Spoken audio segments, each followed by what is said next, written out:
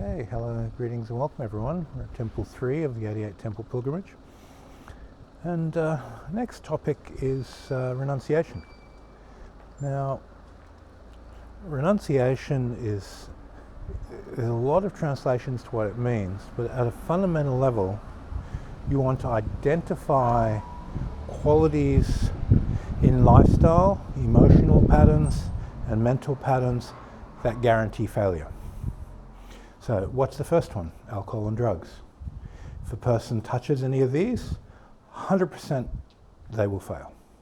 Why? Because you cannot contain samadhi in a mind that touches alcohol or drugs. And that's why your beginner's precept in Buddhism is to not touch that. So renunciating is drawing the line that you never cross. You don't even have to release on it because you just never go there. You make an oath. So when you start renunciating, you're renunciating on things that prevent success. What are they? What's your system? What can you identify that if you engage in that behavior, you will fail at the objective of your particular meditation system? Now, if you look at the conditions that are required for attaining and developing samadhi, high levels of concentrated mind, you'll start to realize that there's a profound level of stillness, or an environment where there's no static, that's required for that accumulation of mental power. So as you are going through the process of identifying all these different conditions that are required to achieve samadhi, you're also going through the process of identifying the things that prevent samadhi, prevent that high level of concentration. So as you go through that list, that's where renunciation comes in. The things, the hindrances that you seriously choose to renunciate on, to release on, and let them go, and form a 100%, I'm definitely not going to go into that realm of behavior. So this is an essential component for monks and serious practices. So what I suggest is get a sense of to what level you can renunciate, to what level of commitment you have, to what level of surrender you can have to that commitment to ensure success, and then choose your vows, and then when you renunciate, you follow them 100%. But don't choose a vow that has a higher chance of failure. Slowly work through them and build up your tenacity, your mental strength, and your will. And as you build up your mental strength and will, you have a higher chance of success. And you'll find that as you engage in renunciation practices, each time you succeed and reinforce your oath, the next one's easier, and easier. And through that process, you develop yourself and create a platform for spiritual growth. The act of renunciating, the will that it requires, the dedication it requires, the commitment that it requires, that in and of itself is a discipline which generates strength and fortitude of character, fortitude of mind, fortitude in your body, and creates those preconditions for you to be successful in all the other areas of spiritual practice. Now, as you go through your list of things which ensure failure and renunciate on them so that you don't fail, you're going to very probably feel overwhelmed. Like that is a really big ask. In order to renunciate on a very, very large list of things, it may cut into your lifestyle too much. And if you get this overwhelming feeling, just pull back and pick off the easy ones. And once you've had success with the easier ones, then engage in the more difficult. Then take on the more challenging oaths. Now, success compounds more success. Failure compounds failure. So very important here to only take oaths you feel you're going to be able to succeed at. Now the next, once you've gone through that process and started to implement and started to get success in your lifestyle changes, then we're going to move into renunciation from the lifestyle and emotional level to the mental level.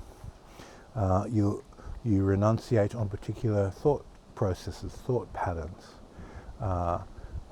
and so let's say you choose to renunciate on selfishness and thoughts about it's all about me and my attainment versus it's all about the group consciousness attaining, or the people around you attaining with you. So this is where the Bodhisattva vows come into place. To take a Bodhisattva vow, you have to renunciate on putting yourself first and having a sense of oneness with the people around you. Now, at first glance, this seems illogical because you have to take care of yourself before you can take care of others. But when you take care of yourself, you have a sense of, I'm doing this to be a better healer. I'm doing this to be a better teacher for the benefit of others. So whenever practicality requires you to put yourself first, there's a deep sense of reasoning within step by step. In order for you to be of benefit to others, you have to take care of yourself well, train yourself well, and educate yourself well. And then your value is higher. So when things are focused on the self, there's a reflection that reflects for other people to benefit. And this particular view is very, very important, because if you misunderstand the nature of non-self, you get lost and people take advantage of you. So this form of renunciation in relation to Bodhisattva vows has to be contextualized. You have to be sensitive to its inner meaning, and you really want to have a deep sense of mechanical understanding of what that particular oath that you're renouncing on actually means and how it's applied, how you implement it, and so forth. And this way of viewing the oaths that you're taking allows it to become much more easier. When you break down an oath that you're about to, that's integral to renunciation, when you look at the map of how to do it, how it works, why it works, the mental conditions, the astral conditions, and the physical conditions, it becomes much easier. And we come back to this mental state, the mental body. By being very, very sensitive to how the mental body is functioning, the static and stillness within it, and you renunciate on things that generate static, sometimes these renunciations have a time stamp on them.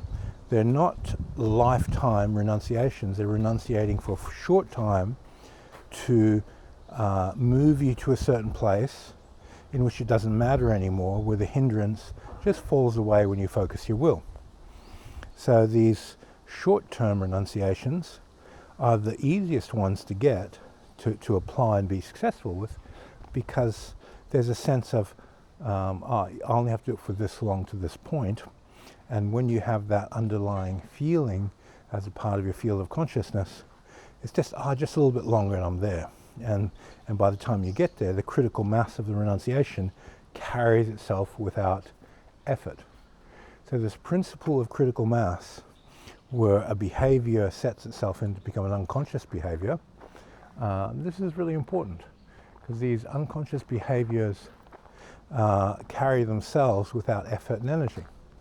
And once you've grasped the concept of how to get an energy, a behavior, a vibration, a tuning fork up to that critical mass state, then you're in a position of power where you go, I just have to get it to there, and then it's effortless. It takes care of itself.